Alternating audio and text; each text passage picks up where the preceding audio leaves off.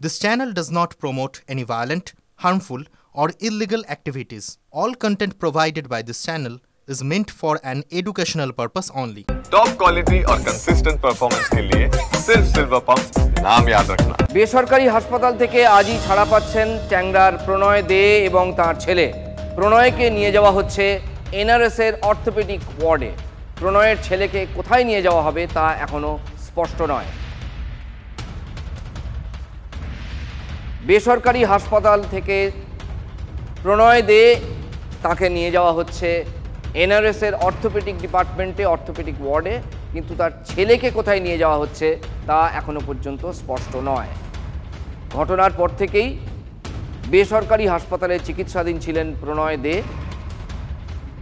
এবং তার ছেলে এবং তাদের আরেক ভাইও। প্রণয়কে নিয়ে যাওয়া হচ্ছে এনআরএস এর অর্থোপেডিক বিভাগে। প্রণয়ের ছেলেকে কোথায় নিয়ে যাওয়া হবে তা এখনো পর্যন্ত স্পষ্ট নয়। আমরা কথা বলবো সৌরভ দত্তর সঙ্গে। সৌরভ, কখন নিয়ে যাওয়া হচ্ছে তাদেরকে, মানে কতক্ষণ আগে তাদের বের করা হয়েছে এবং আরেক ভাইকে কখন ছাড়া হবে, এসব নিয়ে কি জানা যাচ্ছে? দেখো, এনআরএস সূত্রে যেটা খবর, এনআরএস সূত্রের খবর হচ্ছে যে তারা এন্টালি থানাকে জানিয়ে দিয়েছেন যে তারা একটি বেডের ব্যবস্থা করতে পেরেছেন অর্থোপেডিকে, এবং সেই মতো প্রণয় দেকে সেখানে স্থানান্তর করা হচ্ছে। এবারে এন্টালি থানার মাধ্যমে বেসরকারি হাসপাতাল, যেটি আনন্দপুর থানার অন্তর্গত, সেখানে বিষয়টি জানানো হবে এবং সেই মতো বাকি প্রক্রিয়াটি এগোবে। তবে প্রদীপ দে, আমরা যেটা সকাল থেকে জানতে পারছিলাম বেসরকারি হাসপাতাল সূত্রে, যে দুজনকেই ছেড়ে দেওয়া হবে, বাবা এবং ছেলে প্রণয় দে এবং প্রদীপ দে। প্রদীপদের ক্ষেত্রে কিন্তু কোনো সিট অ্যারেঞ্জমেন্টের বিষয় এনআরএস কর্তৃপক্ষ তারা বলছেন যে তাদের কাছে এই ধরনের কোনো আবেদনও আসেনি যে প্রদীপ দেকে তাদের কাছে রাখতে হবে। তাদের কাছে একটি সিটই চাওয়া হয়েছিল, সেটা হচ্ছে প্রণয় দের জন্য, এবং সেই মতো তারা অর্থোপেডিক একটি বেড জোগাড় করতে পেরেছে এবং সে কথা কলকাতা পুলিশের যথাস্থানে জানিয়ে দেওয়া হয়েছে এবং সেই মতো তারা প্রস্তুত আছেন। পেশেন্ট এলে তারা কিন্তু সেখানে তাদেরকে শিফট করাবেন, সেই পেশেন্টকে শিফট করাবেন। অনেক ধন্যবাদ সৌরভ। কথা বলছিলাম আমাদের প্রতিনিধি সৌরভ দত্তর সঙ্গে।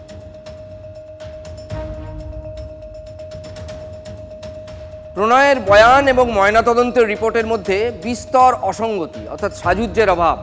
রমি সুদেষ্টারাও কি মঙ্গলবার সকালে ঘুম থেকে জেগে গিয়েছিলেন? মঙ্গলবার দুপুর থেকে রাতের মধ্যে খুন হন রমি, সুদেষ্টা, প্রিয়ম্বদা। মৃত্যুর 3 থেকে 6 ঘন্টা আগে খেয়েছিলেন খাবারও, উল্লেখ ময়নাতদন্তের প্রাথমিক রিপোর্টে। তবে কি সকালে জেগে গিয়েছিলেন সুদেষ্টারাও? ঘুম ভাঙার পর কি ফের ঘুমের ওষুধ খাওয়ানো হয় তাদের? তারপর হাতে শিরা ও গলা কেটে খুন। প্রিয়ম্বদা কি তখন ঘুমের ওষুধ খেতে আপত্তি করেছিল?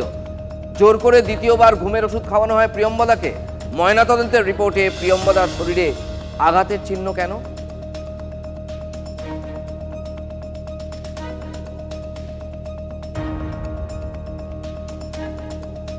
পুলিশের কাছে নতুন বয়ান দে ভাইদের। 10ই ফেব্রুয়ারি আত্মহত্যার পরিকল্পনা, 13ই ফেব্রুয়ারি স্ত্রীদের আত্মহত্যার পরিকল্পনা জানান 2 ভাই প্রণয়, প্রসূন। আত্মহত্যা করলে সপরিবারে করবেন বলে জানান রমি, সুদেষ্টা। সন্তানরা অসহায় হয়ে পড়বে বলেও তাদের বাঁচিয়ে রাখতে চাননি, অর্থাৎ গোটা পরিবার সন্তানদের বাঁচিয়ে রাখতে চাননি, এটা তারা পুলিশের কাছে বয়ানে দাবি করছেন। পরিকল্পনা মাফিক সোমবার রাতে পায়েসে ঘুমের ওষুধ মিশিয়ে খাওয়ানো হয়। পরদিন সকালে 2 ভাই জেগে যান, অর্থাৎ ওষুধের কোনো ওষুধ কাজ করেনি। ঘুমের ওষুধ, তারা যেটা মনে করেছিলেন মারা যাবেন, ঘুমের ওষুধ সেভাবে কাজ করেনি। প্রিয়ম্বদার বিষক্রিয়ায় মৃত্যু হলেও বেঁচে ছিলেন রমি এবং সুদেষ্টা। তারপর দুপুরে খুন করা হয় 2 বউকে। পুলিশের কাছে দাবি করেন প্রণয়, প্রসূন। স্ত্রীদের খুনের পর ছেলে এবং নিজেদের হাত কেটেও আত্মহত্যার চেষ্টা করেন বলে তারা দাবি করছেন। সফল না হওয়ায় বাড়ি থেকে বেরিয়ে আত্মহত্যার পরিকল্পনা। ছেলেকে হাসপাতালে ভর্তির কথা বললেও সে রাজি হয়নি, দাবি প্রণয় এবং প্রসূনের। মাতৃভাষা দিবসের অনুষ্ঠানকে কেন্দ্র করে প্রেসিডেন্সি বিশ্ববিদ্যালয়ের ভেতরে তুলকালাম। ছাত্র সংঘর্ষে বন্ধ হয়ে যায় বিশ্ববিদ্যালয়ের অনুষ্ঠান না করেই ফিরতে হয় সঙ্গীত শিল্পী পটাকে। TV9 বাংলায় ক্ষোভ উগরে দেন শিল্পী। অনুষ্ঠান চলাকালীন শ্লীলতাহানির অভিযোগে সরব একাধিক পড়ুয়া।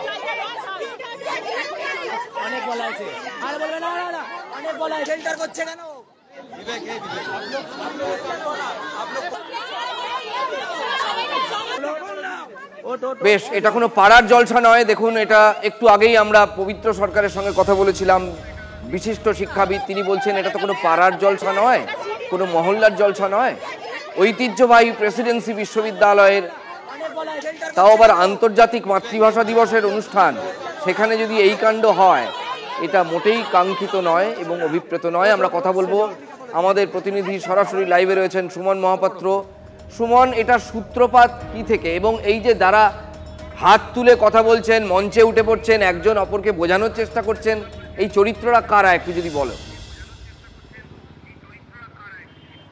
আর তোমাকে পরিষ্কার করে বুঝে বলি রাজা, আন্তর্জাতিক মাতৃভাষা দিবসে যা প্রেসিডেন্সি বিশ্ববিদ্যালয়ের অভ্যন্তরে আইকন নামে একটি অনুষ্ঠান হচ্ছিল, সেখানে গান গাইতে এসেছিলেন সঙ্গীত শিল্পী অভিজিৎ বর্মন পটা। এবং তিনি যখন গান গাইতে আসেন, তার আগে থেকে বিশ্ববিদ্যালয়ে একটা উত্তেজনা অব্যাহত ছিল এসএফআই সমর্থক এবং আইসি সমর্থকদের মধ্যে। আইসি হচ্ছে প্রেসিডেন্সি বিশ্ববিদ্যালয়ের অন্দরে যারা নির্দল রাজনীতির প্রচার করেন, সেই দুই সংগঠনের মধ্যে যে সমস্যা ছিল তারই বহিঃপ্রকাশ দেখা যায় প্রেসিডেন্সি বিশ্ববিদ্যালয়ের এই অনুষ্ঠানে। পটা যখন গান গাইতে শুরু করেন, তখন অব্যবস্থা একেবারে শীর্ষে পৌঁছয় এবং তখন বেশ কিছু সাধারণ ছাত্রছাত্রী তারা কিন্তু স্টেজে উঠে যান এবং স্টেজে উঠে গিয়ে তারা দাবি করেন তাদের সঙ্গে অসভ্যতা করা হচ্ছে, অব্যবহার করা হচ্ছে তাদের সাথে। এবং আজকেও তুমি যদি দেখো প্রেসিডেন্সি বিশ্ববিদ্যালয়ের গেটে সেই সকল ছাত্রছাত্রী তারা কিন্তু এসে এখানে জমায়েত হয়েছেন এবং তারা বলছেন যে তাদের সাথে অব্যবস্থা হয়েছে, সেই অভিযোগ তারা করছেন। কি হয়েছিল ঠিক এখানে, এসএফআই সমর্থক যারা রয়েছেন তারা বলছেন আইসি সমর্থকরা, আইসির প্রাক্তন নেতারা তারা এই কাণ্ড ঘটিয়েছেন। কি হয়েছিল ঠিক? কালকে যে ঘটনা ঘটেছে, প্রথম কথা সেই ঘটনায় এসএফআই ভার্সেস আইসি বাইনারি ছিলই না।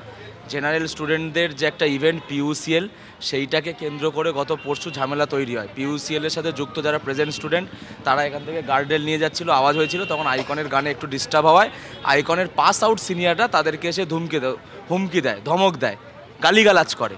তো এইটা সূত্র ধরে কালকে একটা জিবি ছিল, সেই জিবি থেকে ঠিক হয় যে যারা পাস আউটরা এবং তারাই অর্গানাইজার, আইকন হচ্ছে পাস আউটরা। সঙ্গীত শিল্পী গান গাইতে পারলেন না কেন, কি এমন হলো? তার কারণ সঙ্গীত শিল্পী যখন গান গাইতে উঠেছেন, তার আগে বেশ কিছু ঘটনা এই ক্যাম্পাসে ওই আইকন চলাকালীন ঘটে গেছে। অহন কর্মকার বলে একজন আছেন, আইসির অ্যাক্টিভিস্ট ছিলেন, 3 বছর আগে পাস আউট। সে ক্যাম্পাসে ঢুকে মদ্যপ অবস্থায় যখন জুনিয়রদের গালিগালাজ করে, তাকে যখন তার কারণ জানতে চাওয়া এবং সরি বলতে বলা হয়, তখন সরি তো দূর, তার এমন অডাসিটি, সে সেই অবস্থায় একজন দুজন মেয়েকে টাচ করে, মলেস্ট করে। কি করে? মেয়েদের সাথে কি হয়? আমাদের মেয়েদের সাথে ওদের চুল ধরা হয়, ওদের জামাগুলো টানা হয়, ওদেরকে ফেলে দেওয়া হয়। আমি নিজে মাটিতে পড়েছি, আমার একটা সিনিয়র উনি মাটিতে পড়ে গেছিলেন, আমাকে তোলা হয় না। আমাদের যে বন্ধুরা ওরা দৌড়ে দৌড়ে ছুটে আসে so that they can pick us up. এগুলো হয়ে থাকে। কেন ফেস্ট হয়নি, কেন আর্টিস্টকে বন্ধ করা হয়েছে, কেন তার আগে যে অর্গানাইজার অফ দ্য ফেস্ট হিরণ্যা যে অহন কর্মকারের গার্লফ্রেন্ড, ও আমাকে রীতিমতো বলে কি তোরা যা, আমরা ফেস্ট এনজয় করবো। কিন্তু প্রেসিডেন্সি বিশ্ববিদ্যালয়ের মতন একটা এত ঐতিহ্যের বিশ্ববিদ্যালয়ে একজন সঙ্গীত শিল্পী গান না গিয়ে ফিরে যাচ্ছেন, এটা লজ্জার নয়? সেটা যেমন লজ্জা, তার থেকেও বড় লজ্জার যারা আইকনের মতো একটা ফেস্ট নামাচ্ছে, সেই অর্গানাইজাররা মাঠে মলেস্ট হচ্ছে, মেয়েদেরকে থ্রেট করা হচ্ছে, সেইটাকে অস্বীকার করছে, দায় এড়িয়ে যাচ্ছে। তাদের কাছে তখন যেটা বড় হয়ে যাচ্ছে যে ফেস্টটা নামাতে হবে।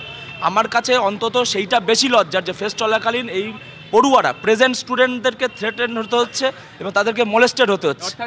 অনেক ধন্যবাদ সুমন। বোঝা গেছে তারা যেটা বলতে চাইছেন, তাদের অভিযোগের নির্যাস প্রেসিডেন্সি বিশ্ববিদ্যালয়ের ক্যাম্পাসের ভেতরেই আন্তর্জাতিক মাতৃভাষা দিবসে অনুষ্ঠানের আয়োজন করা হয়েছিল। সেই অনুষ্ঠান মাঝপথেই বন্ধ করে দিতে হয় এবং শিল্পীকেও ফিরে যেতে হয়। দুপক্ষের ছাত্রদের মধ্যে সংঘাত।